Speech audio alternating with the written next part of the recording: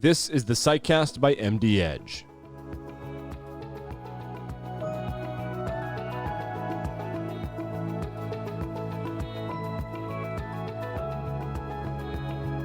And welcome to this episode of the Psychcast by MDedge, where we bring you interviews with leaders in the fields of psychiatry and psychology and masterclass lectures. Show notes this week are authored by Dr. Jacqueline Posada. The show notes will include helpful background information and a summary of the events discussed here. In this episode, we welcome as a guest host Dr. Carol Bernstein along with Dr. Norris to discuss diversity in psychiatry. Again, there are show notes available with background information on our guests, on Dr. Bernstein, and on Dr. Norris. There may be a transcript of this episode available. If there is, a link to that transcript will be available in the show notes as well. Check to see if that link is there on our website, on our sister website rather, medscape.com. Okay, without any further ado, let's get right into the conversation with Dr. Lorenzo Norris. This is Dr. Lorenzo Norris. I want to welcome you to today's Psychcast, where we have Dr. Regina James as joining us from the APA to speak about issues of diversity and inclusion, particularly as it relates to the APA. And this Psychcast is going to be led by Dr. Carol Bernstein. We are so pleased to have Dr. Bernstein with us leading this Psychcast. And Dr. Bernstein, among her many different roles, is a former past APA president. So please stay with us today as we have really a powerhouse of APA here, knowledge, and I feel as though it's going to be very beneficial and touch on a number of topics. So thank you all. Thank you very much, Lorenzo. So Regina, it's a pleasure to meet you, even though it's virtually, and this is the world we live in today. But as I mentioned to you briefly prior, we'd like to hear a little bit about your history, how you got interested in medicine, a little bit about where you grew up. I know you were at UCLA, and ultimately what led to your career in child psychiatry and diversity. I know you've done many amazing things in this field. Oh, well, thank you. Well, let's see. I'll start with the background. I consider myself bicoastal. I was born and primarily raised in California in the Bay Area, and then moved to New York, to Staten Island, New York, middle school and high school. So sort of bicoastal, have family on both ends. In terms of how I got interested in medicine in particular, I think I must, I guess, give the credit to my mother, who was a nurse in the ER, and just really hearing her stories when she came home about how exciting it was, the different things that were happening, etc. I think it was a combination of that and just growing up in a family where giving back was very important. So going into the healthcare field probably was just a part of my mind, in the back of my mind always. And always interested in research as well, trying to understand why things are the way they are. In college, I did research when I was at UCLA at the Neuropsychiatric Institute, but it was more basic science. And then when I did get into medical school, I think it was between first and second year, I did some research again. And then during residency, when I did my residency at the Cleveland Clinic Foundation, I did both my adult and child and adolescent psychiatry fellowship there. Also involved in research and contributed to a book chapter with my residency training director. So always sort of interested in, helping others, trying to understand why things are the way they are. So I think that sort of led to sort of this dual interest in research as well as health. And interestingly enough, after my training at the Cleveland Clinic, I think I got married. Yeah, it was right during residency, sorry. And so we were trying to decide where we were gonna live. And ultimately we decided the East Coast. And that's when I started my time at the National Institutes of Health, first working at the clinical center, actually in the lab of Dr. Judy Rappaport, and Javier Castellanos was my direct supervisor. And we did clinical trials with children and adolescents who have behavioral disorders, so pharmacologic interventions. And then from there, sort of segued into more program and portfolio management of different mental health disorders, depression, pediatric bipolar disorder, pediatric eating disorders, and then ultimately moved on to actually the Child Health Institute, or shall I say the Eunice Kennedy Shriver National Institute of Child Health and Human Development, where actually there I served as their first director of their Office of Health Equity. Was that, excuse me for interrupting, is that part of the NIMH, or it's a separate institute? So of the 27 institutes and centers, NIMH was my first one, the Mental Health Institute. Right. NICHD was another institute. So that's the Eunice Kennedy Shriver National Institute of Child Health and Human Development, right? And then I was at a third institute. Yeah. Right. So I was actually at 3 institutes while I was there. During my 20 years at NIH, I was at 3 institutes, so Mental Health, Child Health, and the National Institute of Minority Health and Health Disparities. And is it from there that you have made this leap to the American Psychiatric Association? So during the time that I was at NIH, a lot of my time was spent on mental health care issues and research around, healthcare issues, et cetera, primarily focused on children and families. And always had a thread, or there was always sort of an overlay of equity, when dealing with research questions, always trying to understand the equity question that was sort of, I say, interjected into the work that I was doing or the work that we were supporting as an institute. So after doing that for 20 years and being involved in various types of initiatives, a precision medicine initiative, the Adolescent Brain and Cognitive Development Study that was supported by NIDA, H3 Africa, which was Human Hereditary and Health in Africa, that was with the Human Genome Institute and the Office of the Director. So really involved in a lot of different things, but always had that thread of equity throughout. And that was for like 20 years.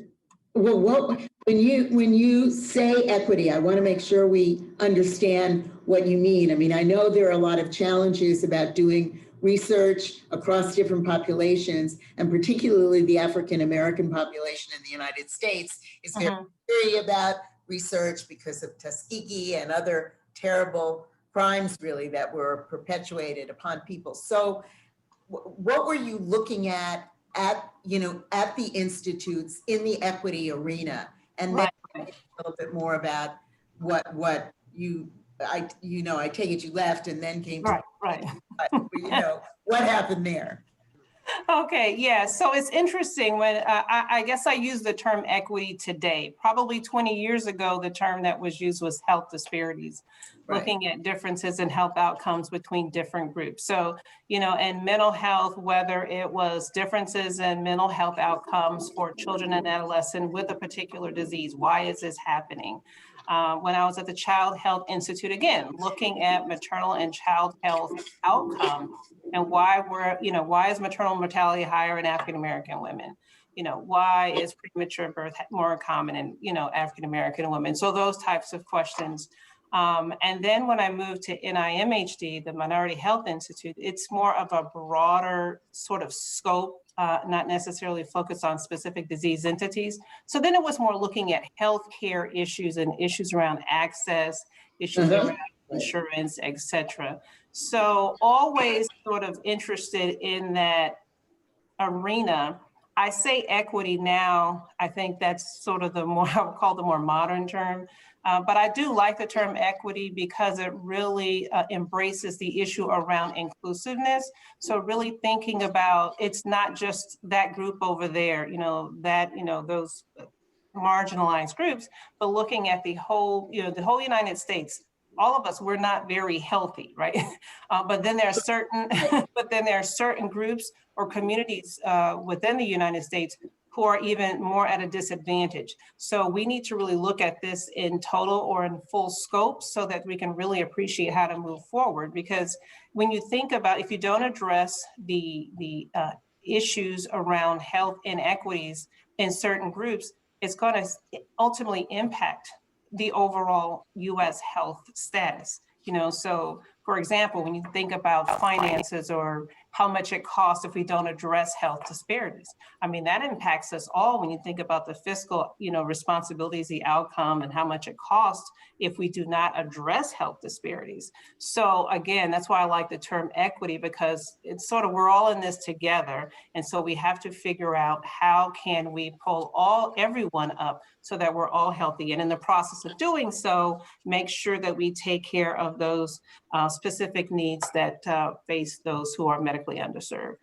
Well, it's interesting that you focused on the word equity, because I recently have been using a slide that talks about the difference between equity and equality. And although we're not a visual medium here, people can visualize in their heads people riding bicycles, and that if different people, different heights, different ages, perhaps some disabled people all riding the same bike at the same height in the same way, that people tend to call equality, because they're all equal. But what we really need is equity. We need a bike that fits each person, just like we need measures to look at healthcare as they affect different people, different communities, different age groups, and all of that. Right, so exactly. Great term. Right. And also to consider the variables that are impacting health, such as the social determinants, right? So that sort of makes equity an issue, or I think a more appropriate term as well, because you have to look at the context of an individual, like where, what environment are they coming from? What is their economic status? What neighborhood are they living in? Et cetera. And so those things also impact your health as well. So knowing that we have to take all of those things into consideration and then accommodate as necessary would really, I think, embrace health equity. So now let's talk about the move from the institutes to something else, I gather, and then to the APA. Right. So it's interesting. There's a story here. There's a story behind this, exactly. So 20 years at NIH, and I really felt that, being at 3 different institutes and having the opportunity really to be able to serve in, various leadership positions across the institute, I really wanted to try something different. And given my interest in research, I went into the private sector. So I went and worked at a small clinical research organization and consultancy out of Arlington, Virginia. And I was there for about 3 years. Initially, they were looking to expand their clinical research practice area. And so that's basically why I came on board. And eventually, after about 1.5 years or 2 years, that particular practice area broke off into its own area and became its own sort of entity and just focused on clinical trials. So I initially started off as the vice president for the clinical research area. And ultimately, when it became its own entity, I became the senior vice president and medical director for the 2M Clinical. And we essentially focused on monitoring, managing clinical trials phase 2 through 4. Well, that's how we started. Now, that's an interesting story as well, because then COVID, the pandemic. I was going to say, we may need to explain to our listeners the difference between phase 1, phase 2. I mean, just briefly, because. Oh, yeah. So basically, primarily the phases that we were working on in that short time period was testing, drug efficacy, efficiency. So starting from small populations where you're just testing, is the drug safe?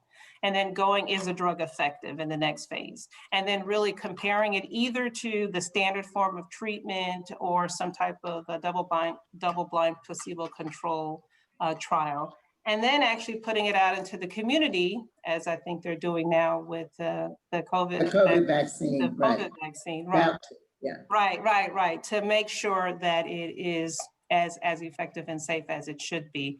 So that's what we started out doing. But then when the pandemic hit, we really pivoted toward, which was something I was really interested in, engaging individuals who are diverse into clinical trials. And there were a number of pharmaceutical companies who were really turning to us, sort of leveraging our experience working in diverse communities to help them recruit for their clinical trials. So that's actually what happened with that. And then so it all was going well. And I actually got a call from an old colleague of mine who said, would you consider a position at the APA? And as you know, working with the diversity and health equity, I'm like, well, actually I'm good. And we're actually doing pretty good here, but thank you. And so the next follow-up was, we'll just go and, sort of talk to them and see how it might be. So I did. And I must say, I really enjoyed talking with the staff. I call it headquarters. The staff at headquarters, they were very warm, engaging. And after talking with a number of folks over a period of time and really honestly thinking about the impact that this person in this position could have at this time really was a driving force. Because the APA is, national and international, and the platform there in terms of addressing equity issues seemed to be a no-brainer. So I know there's an Office of Diversity, and it's the Diversity and Health Equity, correct? Yeah. Mm-hmm. Yes. So what is your vision for this office, particularly with regard to the American Psychiatric Association and mental health? You've obviously enmeshed in this whole area for decades. What would you like to see the organization do? So it's interesting. When I first came on board, I sort of, looked at what has been done, over the years, what's worked and what hasn't, and then developed a strategic plan moving forward. And so we did pull together what we call a 5-point strategic plan, which sort of encapsulates what I'd like to see or what I'd like for us to do over the next few years. And so my vision, I guess, in a broader sense, is ultimately to be able to contribute to an organization where the psychiatrists are culturally competent and culturally sensitive, and that are able to effectively provide mental health care for anyone, regardless of, their age, their sex, their race, their gender, their sexual orientation. So that's sort of the bigger picture in terms of the vision. How do I get there? So I did devise, along with my colleagues at APA, a 5-point sort of strategy, first focusing on awareness, bringing more awareness to mental health equity and diversity issues. And in that capacity, awareness can be anything from working with some of our area and district branches and working with community organizations or grassroots organizations doing I wouldn't call them focus groups, but more of discussion groups, educating about mental health, what it is, treatment works, etc. But really leveraging the expertise of the membership of the APA and the connections that they have in their communities, and really speaking to the folks in the community about mental health, destigmatization, treatment works, etc. So that's sort of one of the initiatives. Another is, having the lectures or I'd call them lectures during the annual meetings. So having specific topics around, equity and diversity. Another piece around the awareness is that I'd like to, and I think we're going to be able to do it this year virtually, is to start a 5K run, walk, roll during Minority Mental Health Month, again, bringing sort of a light to minority mental health and the issues around that, and really engage a number of large partners, hopefully, other organizations, maybe like NAMI or things of that nature, maybe organizations in the federal government that really focus on mental health and substance use disorders, SAMHSA, NIH. So really with a larger partnership to really bring more visibility. So another area besides bringing awareness is through partnerships. So wanting to partner within APA with our governance, because I'd like to, again, leverage APA members to be able to go either directly on the Hill doing like congressional briefings around mental health equity and diversity issues, and also working with our governance division when they have their annual meetings, again, making sure that topics around mental health equity and diversity are a part of their agenda, because they also reach a broader audience as well. And also partnering with advocacy groups, again, in grassroots organizations, getting out some of the good information that the APA and the resources that the APA has out to the public so that it can understand and see the leadership that psychiatrists have as it relates to mental health. So as I'm listening, I'm hearing that you're talking about using the APA as a vehicle, really, and psychiatry vehicle to enhance both knowledge of, access to, treatment of minority communities who have traditionally been very skeptical about psychiatry, I think in general. I mean, I think it's true in the entire population. We've been challenged with stigma, but it's certainly worse, I think, in many of our minority communities. And so helping the community at large understand the importance of equity in the mental health as well as the rest of medical health, which I think is really quite important. I'm going to ask a slightly, and feel free to deflect this if you want, a slightly trickier question, because it's the kind of thing that has come up for me also within my own institution, the institutions that I'm part of, which is that there's been a lot of conversation about structural racism. And I'm not just talking about racism in society, I'm talking about racism within our institutions. And we don't need to get into the specific politics and controversies at the APA, but that this has become a focus. And how do we, and I think this is a real question, how do we help organizations like the APA or some of our big healthcare systems look at themselves with this lens of trying to understand both what structural racism is and means, and because I think that's the first step in trying to address it. Because we're the psychiatrists, we can talk about what's unconscious. This is unconscious. So just even looking within the APA itself, how do we help with that? Because it is a membership organization. And leaving aside the staff for the moment, but within the organization, how do we help the organization that way?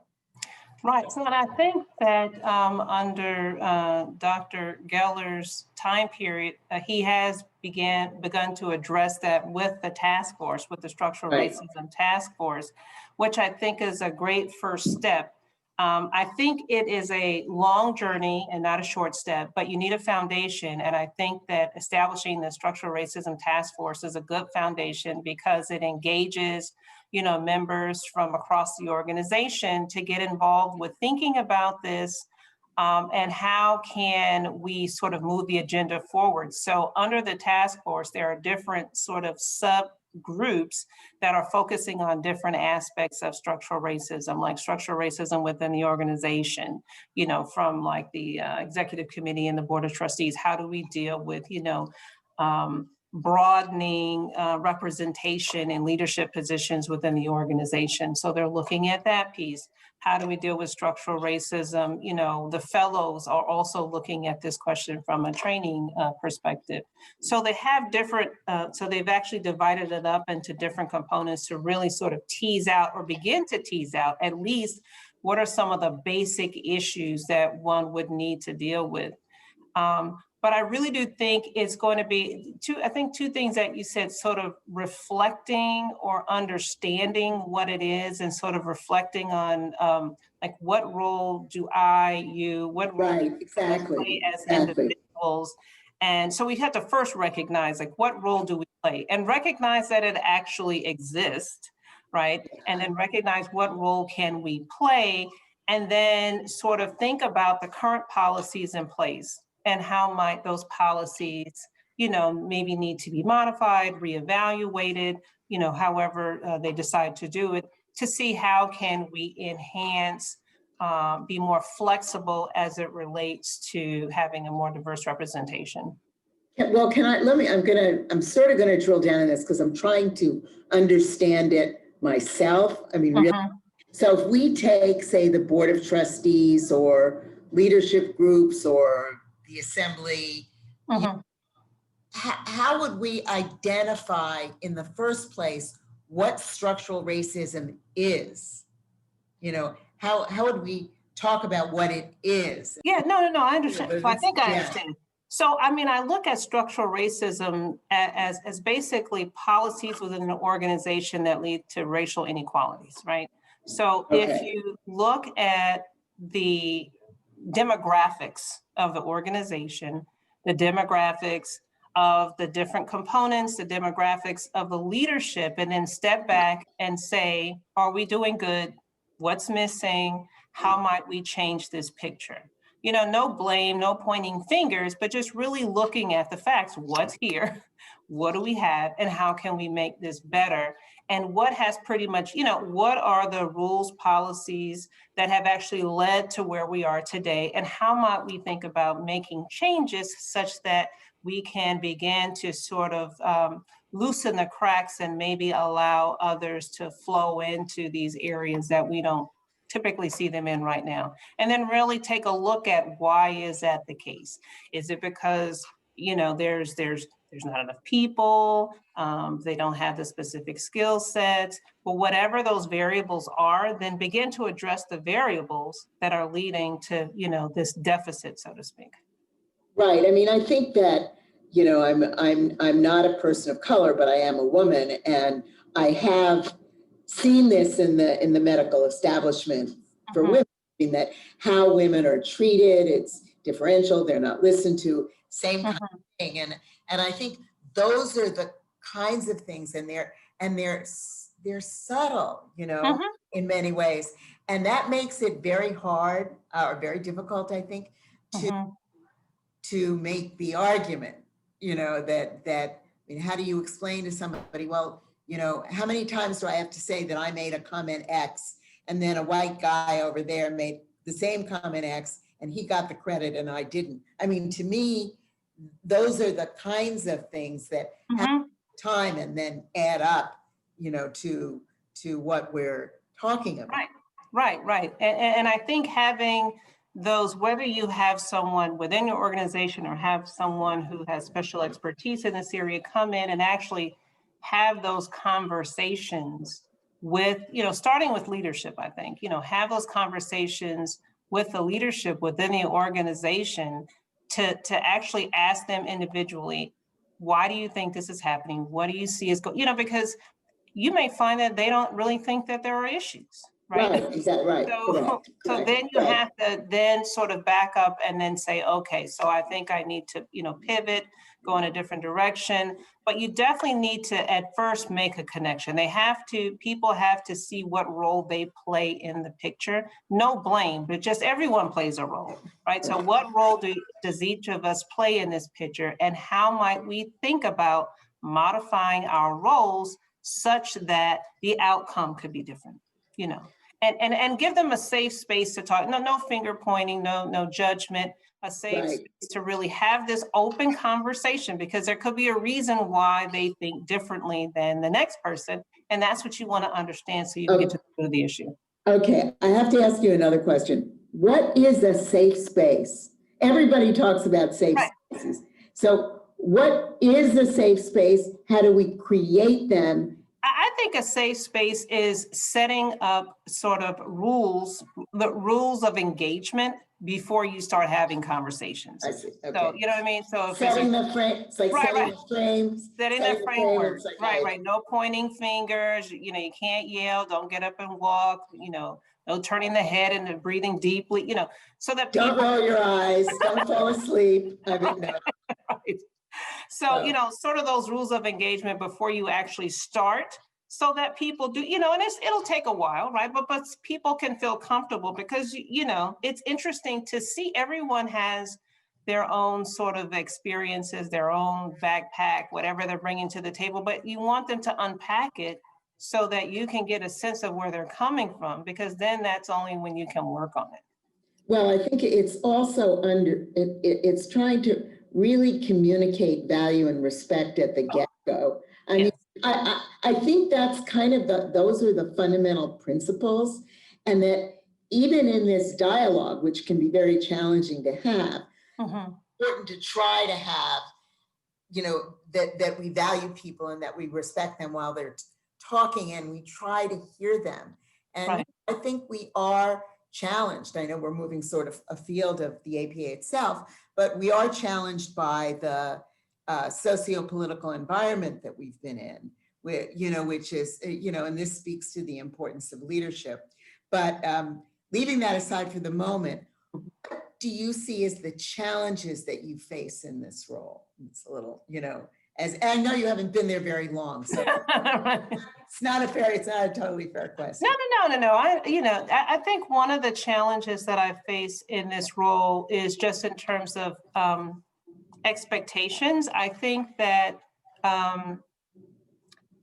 people are comfortable with something that they know. And, so with the other directors who were in this position, who've been in the position for, a certain time period, they were comfortable with, they knew them, they were great leaders, and so now you're sort of stepping in and like, okay, who are you? What are you bringing to the table? So I think just sort of overcoming that sort of, we don't know you and we don't quite know what you're bringing to the table is not an insurmountable obstacle, but an obstacle nonetheless. But I'm not deterred by that, none whatsoever. I think I've been in those scenarios many times, and I truly value what I do. I enjoy what I do, and I know that I could be very productive at what I do. So I just sort of continue to focus on sort of the endpoint, engage people. I'm open, keep the conversation open, but I keep moving. I don't let sort of the distractions on the sideline distract me from the goal that I came here to do. I feel like this is such an important platform. I feel like it's such an important time that I cannot get distracted by anything. I really do want to come in, at least to move the needle, make a difference. And so that's what I'm focused on, and ultimately really focused on the individuals in the communities who will benefit from this. That's truly, and in my interviews and in talking with, the staff before I came on board, that's really, really what I'm very interested in. I know it's a membership organization, but the membership is engaging with, with patients, and the APA is the organization, when it comes to mental health and mental illness. So I think that if I can, in the time period that I'm here, have an impact on how the APA can really get into the community in terms of the resources that they have, the information that they have, kind of smooth the way just a little bit in terms of comfort, not misunderstanding, but sort of just coming out and a couple of steps ahead in terms of the comfort level, that they may experience now with their mental health provider. I think what you were talking about earlier was really how do you build trust, that the issue is building trust with your colleagues, trust with the people that are members of the APA, so they know who you are too, as well as the people on the staff that you're working with. And, that's a tall order. And I think that probably has to, I think a lot of these membership organizations like the APA, and I've certainly been involved in it, my entire career, this tension between representing the patients and representing the profession. And I've always been sort of at institutions, so I'm very systemically focused, less individually, but often there are tensions in an organization like the APA about, the person who it's even reflected in what we see in our country now, the independent, I'm going to do it my way, you have to be there as the APA to support me, the psychiatrist, opposed to me, the psychiatrist delivering care to the community. So how do you see yourself negotiating those tensions? So basically developing relationships with the members to leverage their relationships with their communities. So I'm not trying to go into the community to say what needs to be done or what doesn't need to be done, but I really would like to work with the members and work with their current relationships in their areas, like the district branches, et cetera, to reach their communities. So that's why when I was talking about like the Q&A sessions with grassroots organizations or community leaders, so they would be really the individual who's, you know, sort of speaking to, or they would actually choose the expert who they feel is necessary to sort of bring the message in. So it's really the members who are really sort of executing sort of this, you know, sharing information, sharing of resources. So it's not really, I guess, me or the division or anything, but really leveraging sort of their connections to their communities. So I suspect that there are going to be communities of psychiatrists around the country where you're going to find that easier to do than other communities. Yes. I'm just saying. Well, I would anticipate. Yes, yes.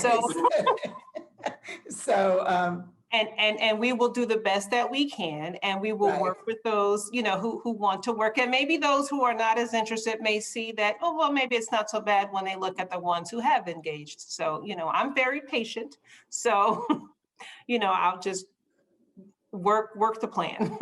well, I mean, that sounds really good. I mean, I tend to be terribly impatient, which is probably not one of my strong points, but it is important because people do, you know, I've heard all of these terms about early adopters, and that is true. I mean, I think, you know, you find people that, you know, or you find the people within the organization who are, you know, are synergistic with what you're trying to do, that they have that and they have a passion for it and they're interested, and you start working with them.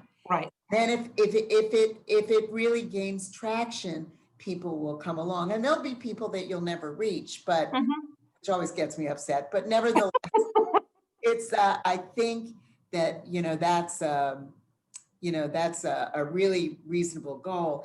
And, you know, we only have a couple of minutes left, but I was wondering if you could comment about your thoughts about taking this particular job, given your really long and illustrious career, at this particular time in America's history.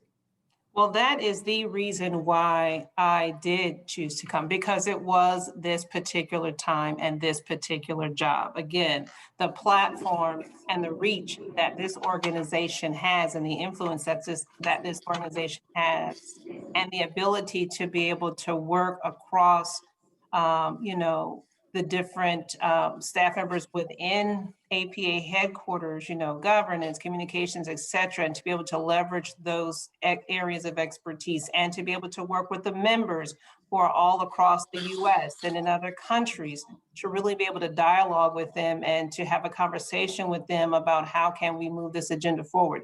If not, you know, if not now, then when? So that's what I said. So this is a perfect time. You know, if there's going to be any traction, there should be some traction that should be gained during this time period. And I wanted to be a part of that. Well, that's great. Are there any final comments you'd like to make to the podcast world out there about your work and your job and diversity, and, you know, just sort of some final thoughts?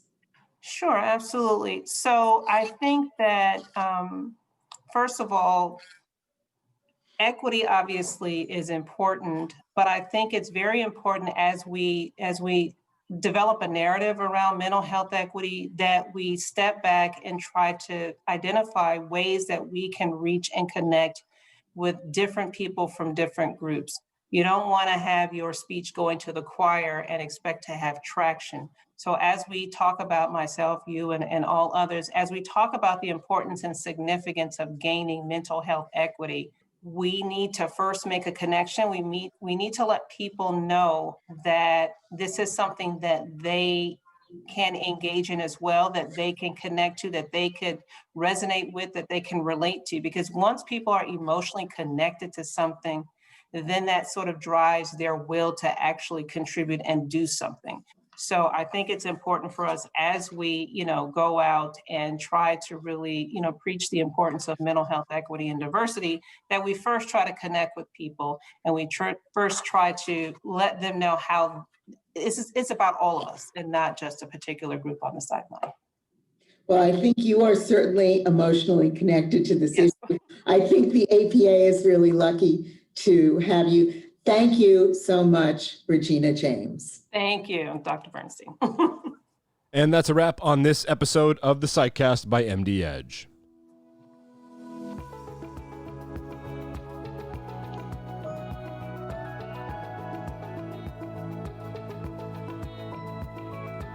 The Psychcast is produced by MDedge editors Gina Henderson and Jeff Bauer. All of our podcasts are produced by MDedge executive editor Kathy Scarbeck. I am the voice of MDedge podcasts, Nick Andrews.